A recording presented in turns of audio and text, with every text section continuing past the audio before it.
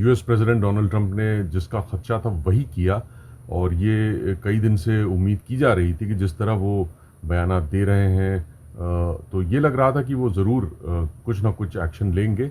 और 2 हफ्ते की जो मोहलत इन्होंने ली थी या दी थी कि भाई हम सोचेंगे कि हमें करना है या नहीं करना, तो उस पे भी लोगों को ख़ासा कोई विश्वास नहीं था।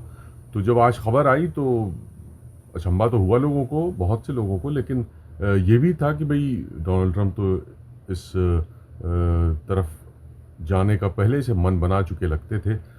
तो ये जो कहा जा रहा है यहाँ पे कि जिस तरह से इन स्ट्राइक्स पे यूज़ किए गए हैं जो B-2 बॉम्बर्स, तो बड़े हैवी बॉम्ब्स यूज़ किए गए हैं, तो कह रहे हैं कि भई वहाँ पर क्षति हुई होगी, नुकसान हुआ होगा उन फैसिलिटीज़ को, क्योंकि सबमरीन से 30 टोमाहॉक मिसाइल्स भी मारी गई।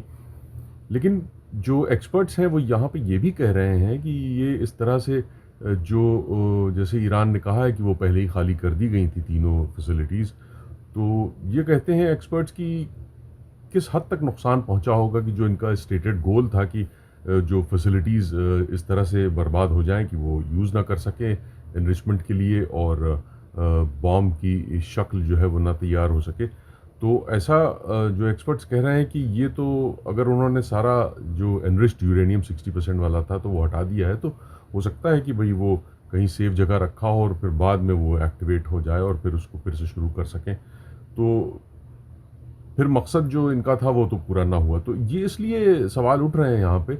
और उसके अलावा यहाँ कांग्रेस के जो कई सदस्य हैं उनका ये कहना है कि भाई वॉर पावर रेजोल्यूशन जो है वो पहले ही से लाने की कोशिश कर रहे थे, जिनमें कि रो खन्ना जो कैलिफोर्निया के भारतीय मूल के कांग्रेसमैन हैं वो भी इसमें आगे आगे हैं। तो उन्होंने भी अभी फ़ौरन उसके बाद जब खबर आई कि बम मार दिया है अमेरिका ने फैसिलिटीज़ पे ईरान में, तो रो खन्ना ने फ़ौरन ये ट्वीट किया और ये बयान दिया कि अब फ़ौरन हमें ये जो रेजोल्यूशन था वॉर पावर का, कि जिसमें राष्ट्रपति के जो पावर हैं युद्ध करने के वो लिमिटेड हों, क्योंकि अमेरिकी कानून के तहत ये होता है कि कांग्रेस में जाके राष्ट्रपति को ये अपना उनसे अप्रूवल लेनी पड़ती है किसी भी जंग को शुरू करने के लिए। लेकिन डोनाल्ड ट्रंप साहब तो जाहिर है कि उनके लिए ना कोई कानून है, ना कोई अमेरिकी आइन की हैसियत है। बहुत से ऐसे फैसले उन्होंने लिए हैं जिससे लगता है कि भाई वो बादशाह हैं बिल्कुल। तो इस तरह से यहाँ पे लोग कह रहे हैं कि अब जल्दी वाशिंगटन पहुँचे वापस जो यहाँ के सांसद हैं, और कांग्रेस जो है वो इस पे वोट करे इस रेजोल्यूशन पे। इसके साथ साथ यूएन में भी ये कहा जा रहा है कि भाई सेक्रेटरी जनरल ने कहा है कि ये बहुत ही बड़ा एस्केलेशन है और इससे उस पूरे रीजन में और वर्ल्ड को में जो सिविलियंस को और सब लोगों को ख़तरा हो सकता है, क्योंकि ये एस्केलेट हो सकती है। और यहाँ पर यही कहा जा रहा है कि अब ईरान क्या कदम उठाएगा, चूँकि ये पहले कह चुका है ईरान कि वो रिटेलिएट करेगा अगर इस तरह की कोई बात होती है। तो अब ये अमेरिका ने और ट्रंप साहब ने ये जंग शुरू कर दी है, और नई जंग, लेकिन इसका रुख क्या होगा आगे ये कोई नहीं कह सकता फ़िलहाल। और इससे इनके ख़ुद जो सपोर्टर्स हैं मागा वो भी बटे हुए हैं। बहुत से लोग ये कह रहे हैं कि भाई हमने इसलिए वोट नहीं किया था इनको कि ये एक नई जंग में हमको लेके चले जाएं। और लोग ये भी पॉइंट आउट कर रहे हैं कि भाई उन्होंने जो बयान दिया वाइट हाउस में खड़े होके, जिसमें कि वो मार्को रूबियो, पीट हेग्सेथ और वाइस प्रेसिडेंट वैंस मौजूद थे, तो उसमें उन्होंने ये भी कहा कि मैंने ये इसराइल को की हिफाजत के लिए किया, for the security of Israel. तो लोग ये सवाल कर रहे हैं कि भाई ये अमेरिका का जब कुछ नहीं लेना देना था इसमें, तो आप एक दूसरे मुल्क की सिक्योरिटी के लिए इस जंग में क्यों झोंक दिया आपने अमेरिका को। तो ये सारे सवाल हैं अब, लेकिन इसके जवाब जो हैं वो इनको पॉलिटिकली भी देने पड़ेंगे, और जो इस तरह का जो एक डिप्लोमेटिक लेवल पे तो है ही है, दूसरा इलेक्टोरली भी यहाँ पे मिड टर्म के इलेक्शंस आने वाले हैं।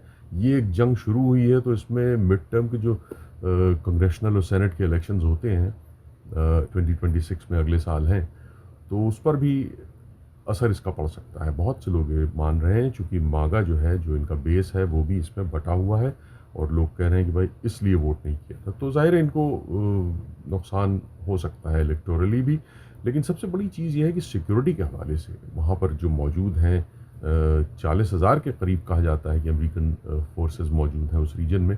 तो अगर ईरान रिटेलिएट करता है, कुछ मिसाइल वगैरह मारता है, तो उससे ज़ाहिर है कि वहाँ पे नुकसान हो सकता है।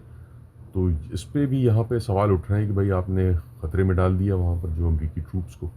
और उसके अलावा ये कि भाई इतनी बड़ी जंग में आपने एक शुरू कर दिया। आप कहते थे कि आप पीस के लिए काम करेंगे, ये वादा करके आप आए थे, और यहाँ आपने एक नई जंग शुरू कर दी। तो यहाँ खासा लोग नाराज़ हैं। लेकिन देखें आगे क्या होता है। अब सारा सब कुछ, सबकी नज़र लगी हुई है कि ईरान क्या इस पे रिटेलिएशन करता है।